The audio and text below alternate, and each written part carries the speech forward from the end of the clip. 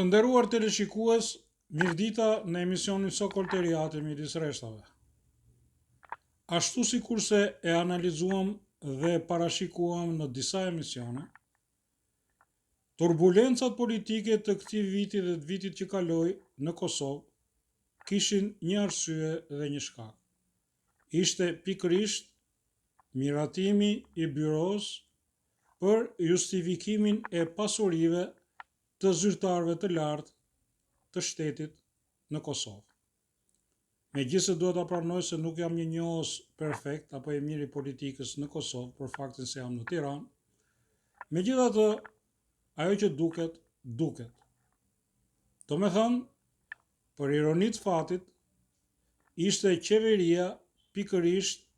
që e krijoi dhe u mundua me sa mundi, duke vepruar politikisht korrekt, për miratimin e këtij ligji, i cili dhe kësaj byroje pra, të cilët do të vendosin drejtësinë më në fund të munguar për 20 vite në Kosovë. Në fakt, ishte ose duhet të ishte opozita ajo që duhet ta inicionte këtë ligj, për faktin se bëhet fjalë për zyrtarët e qeverisë. Megjithatë, miratimi i këtij ligji, i cili është shumë pozitiv për zhvillimet demokratike në Kosovë, ngjalli reagime negative nga opozita, një lloj makthi të cilin e shoqëron atë për muaj e muaj me radhë, duke mbajtur një qëndrim bllokues, i cili i dha efektet e veta negative në zgjedhjet e fundit parlamentare që u zhvilluan në dhjetor në Kosovë. Megjithëse mbajtën të bllokuar parlamentin për mos zgjedhjen e kryetares së saj për rreth 12 muaj, dhe megjithëse opozita është klasifikuar dhe është kurrur nga këto zgjedhje, përsëri ajo vazhdoi të mbajtë të njëjtin pozicion me një jo për gjithçka, duke mos pasur asnjë alternativë, duke mos pasur asnjë projekt, gjë që në fakt forcon lëvizjen e vendvendosjes dhe kryeministrin aktual Albin Kurti, gjë që për mendimin tim nuk është pozitiv, sepse çdo vendi demokratik i duhet një opozitë sa më e fortë. Por çfarë ndodhi? Ky qëndrim i opozitës, e cila e ka trajtuar Kosovën për 20 vjet si pronë të prindërve dhe të babait të saj, dha efektet e veta në zgjedhje dhe po vazhdon të japi efektet e veta në procesin e zgjedhjes së presidentit apo presidentes së re të Republikës së Kosovës. Në këtë turbulencë politike u përfshi,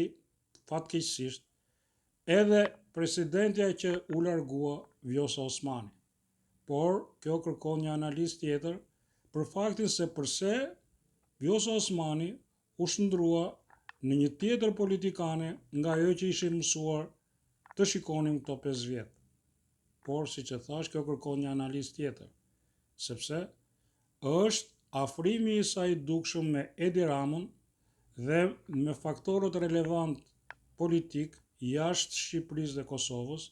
të cilët duan me çdo kusht dhe sponsorizohen nga Beogradi për të krijuar këto turbulenca. Sigurisht, kjo duhet testuar, por unë kam përshtypjen se Vjosa Osmani ka humbur shumë pikë politike dhe nga femra më e votuar në Kosovë, në zgjedhjet e ardhshme parlamentare, në qoftë se ato do të mbahen, dhe siç duket do të mbahen,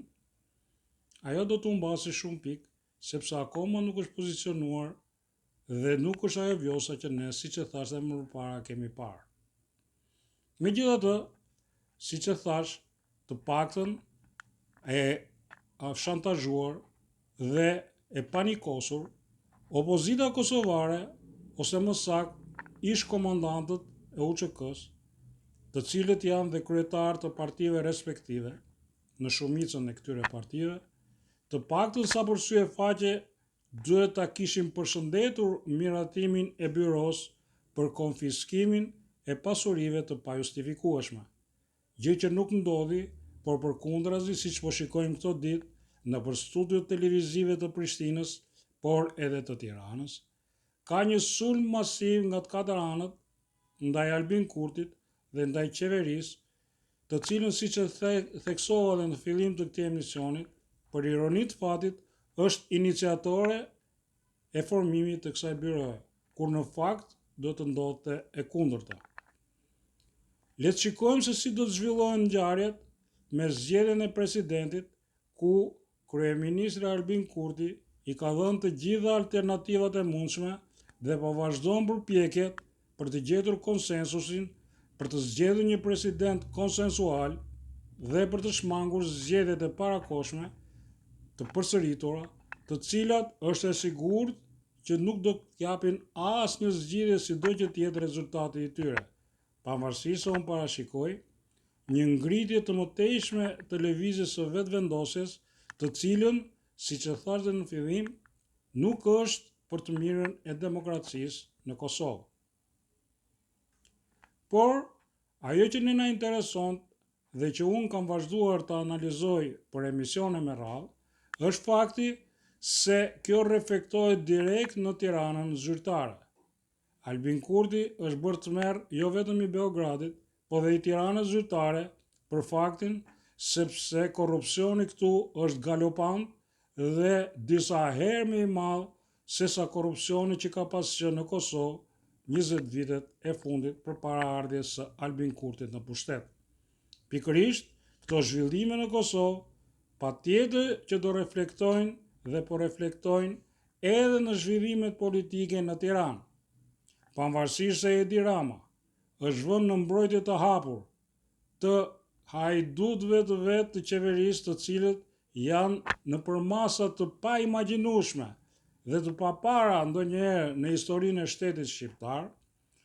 duke i kundërvënë drejtësisë shqiptare, të cilën për vite me radhë pretendoi se e krijoi vetë dhe mbure me të, pikërisht faktet që do të dalin nga byroja e hetimit në Kosovë do të reflektojnë dhe do të shikojnë në opinionin publik si këtej dhe andej kufirit, duke e vënë në pozita akoma më të vështira Edi Ramën, i cili pritet me muaj që të jetë përgjegjës përpara drejtësisë, jo vetëm këtu në Shqipëri, por edhe në Shtetet e Bashkuara të Amerikës.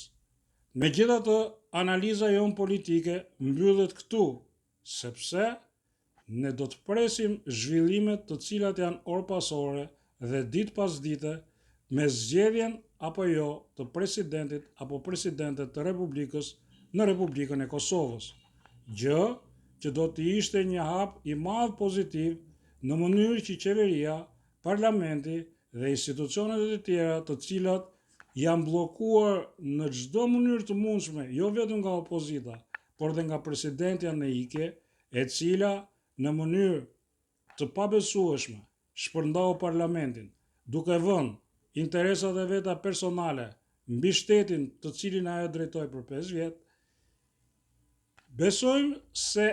do të gjetë një zgjidhje, por kjo zgjidhje do të jetë gjithmonë në favor të zhvillimeve demokratike në Kosovë, të cilat, siç e thash në fillim, janë një pasqyrë e mirë për Shqipërinë dhe për opinionin publik shqiptar, sepse mund të bëjë një krahasim shumë të thjeshtë se sa larg jemi me njëri tjetrin dhe sidomos ironikisht kur ne, Shqipëria, pretendojmë të jemi në Bashkimin Evropian. Me këto standarde, ne largohemi gjithmonë më shumë.